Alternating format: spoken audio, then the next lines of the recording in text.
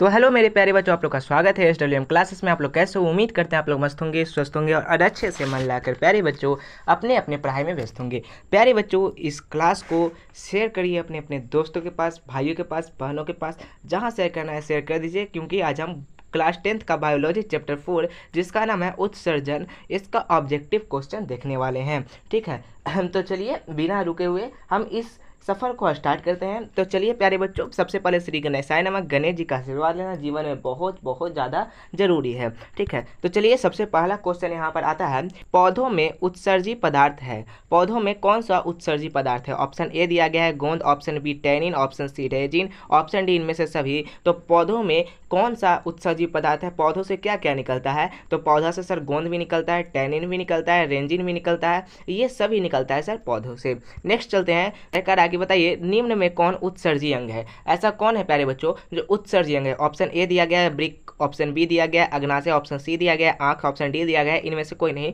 तो बताइए कौन है जो उत्सर्जी अंग है? तो सर उत्सर्जी अंग है ब्रिक। कौन है उत्सर्जी अंग? ब्रिक है। ऑप्शन नंबर ए हो जाएगा। नेक्स्ट चलते हैं, करेक्ट बताइए, प्रोटोजोआ उत्सर्जी पदार्थ का निष्कासन कैसे करता है? ऑप्शन ए दिया गया है प्रसरण द्वारा, ऑप्शन बी दिया गया है विसरण द्वारा, ऑप्शन सी दिया गया है अवशोषण द्वारा, ऑप्शन डी निष्कासन द्वारा। यानी कि कहने का मतलब कि जो प्रोटोजोआ है प्यारे बच्चों, प्रोटोजोआ वह उत्सर्जी पदार्थ को बाहर कैसे करता है? तो सर प्रोटोजोआ जो है ना, वह विसरण के द्वारा उत्सर्जी पदार्थ को बाहर निकालता है। नेक्स्ट चलते हैं, कड़ा के बताइए, मानव का प्रमुख उत्सर्जी अंग निम्नलिखित में से कौन है? मानव का जो प्रमुख उत्सर्जी अंग है वह कौन है निम्नलिखित में से? ऑप्शन ए दिया गया है ब्रिक, ऑप्शन बी दिया गया है रक्त, ऑप्शन सी दिया गया है श्वेत ग्रंथि, ऑप्शन डी दिया गया है अग्नाशय। तो बताइए कौन है मानव का प्रमुख उत्सर्जी अंग? तो मानव का प्रमुख उत्सर्जी अंग जो है वह है ब्रिक। कौन है? ब्रिक है। ऑप्शन नंबर ए हो जाएगा। नेक्स्ट चलते हैं, क्वेश्चन नंबर 5 करा कि बताइए प्यारे बच्चों, सजीव जीवधारी द्वारा किस प्रकार की नाइट्रोजनी पदार्थ का उत्सर्जन होता है?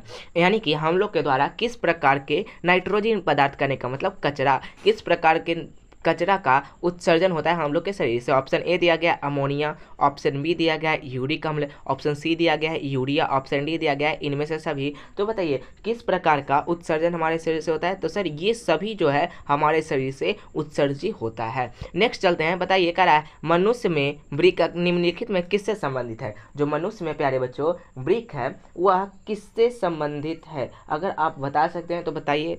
सर मनुष्य में जो वृक्क है वह उत्सर्जन से संबंधित है। किससे? उत्सर्जन से। नेक्स्ट चलते हैं, नेक्स्ट बताइए, निम्न में कौन वृक्क की रचनात्मक एवं क्रियात्मक इकाई है? यानी कि वृक्क किससे मिलकर बना होता है? ऑप्शन ए दिया गया है neuron, option B nephron, option C glomerulus, option D नील। तो बताइए कौन मतलब की है वृक्क की रचनात्मक एवं क्रियात्मक इकाई है? तो सर वह है नेफ्रॉन। कौन है? नेफ्रॉन। नेक्स्ट चलते हैं, करा कि बताइए, मानव में डायलिसिस थैली है। मानव में जो डायलिसिस थैली है प्यारे बच्चों वह किस मतलब कि कहाँ रहता है? मानव में डायलिसिस थैली ऑप्शन ए दिया गया है नेफ्रॉन, ऑप्शन बी दिया गया है न्यूरो में, ऑप्शन सी दिया गया है माइटोकॉन्ड्रिया में, ऑप्शन डी इनमें से सभी। तो डायलिसिस थैली कहाँ रहता है मानव में? सर वह रहता है नेफ्रॉन में। ऑप्शन नंबर ए हो जाएगा। नेक्स्ट चलते हैं, क्वेश्चन नंबर 9 करा कि बताइए, मनुष्य में वृक्क एक तंत्र का भाग है जो संबंधित है। मनुष्य में जो वृक्क है प्यारे बच्चों वह एक तंत्र का भाग है, वो किससे संबंधित है? वृक्क यहाँ पर गलत लिखा गया है प्यारे बच्चों, ठीक है, इसलिए हम इसको काट देते हैं। वृक्क यहाँ पर गलत लिखा गया है।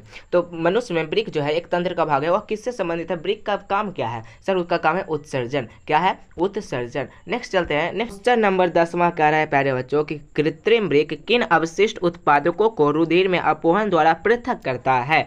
ऑप्शन ए दिया गया है nitrogen, option B carbon, option C oxygen, option D इनमें से सभी। तो आपको ध्यान में रखना है, जो कृत्रिम वृक्क है प्यारे बच्चों वह कार्बन अवशिष्ट उत्पाद को रुधिर में अपवहन द्वारा पृथक करता है। नेक्स्ट चलते हैं, क्वेश्चन नंबर 11 कह रहा है, मानव गुर्दे का आकार कैसा होता है? यानी कि वृक्क का आकार कैसा होता है? ऑप्शन ए गोलाकार, ऑप्शन बी आयताकार, ऑप्शन सी सेम के बीच के आकार का, ऑप्शन डी इनमें से कोई नहीं। तो बताइए मानव गुर्दे का आकार कैसा होता है? तो वह सेम के बीच के आकार का होता है। वह ऐसा लगता है सर देखने में, ऐसा दिखने में लगता है। नेक्स्ट चलते हैं, करा कि बताइए, मानव मूत्र में यूरिया का कितना प्रतिशत मात्रा होता है? यानी कि मानव के मूत्र में यूरिया कितना प्रतिशत होता है? Option A 96%, option B 60%, option C दिया गया है प्यारे बच्चों 2%, ऑप्शन डी दिया गया इनमें से कोई नहीं। तो मानव मूत्र में यूरिया 2% होता है। नेक्स्ट चलिए खत्म हो गया, उत्सर्जन का भी ऑब्जेक्टिव क्वेश्चन खत्म हो गया। 12 में आपने कितना सही किया आप लोग जरूर बताइएगा हमें कमेंट बॉक्स में, ठीक है। तो बाय, आई होप आपको ये क्लास अच्छी लगी होगी।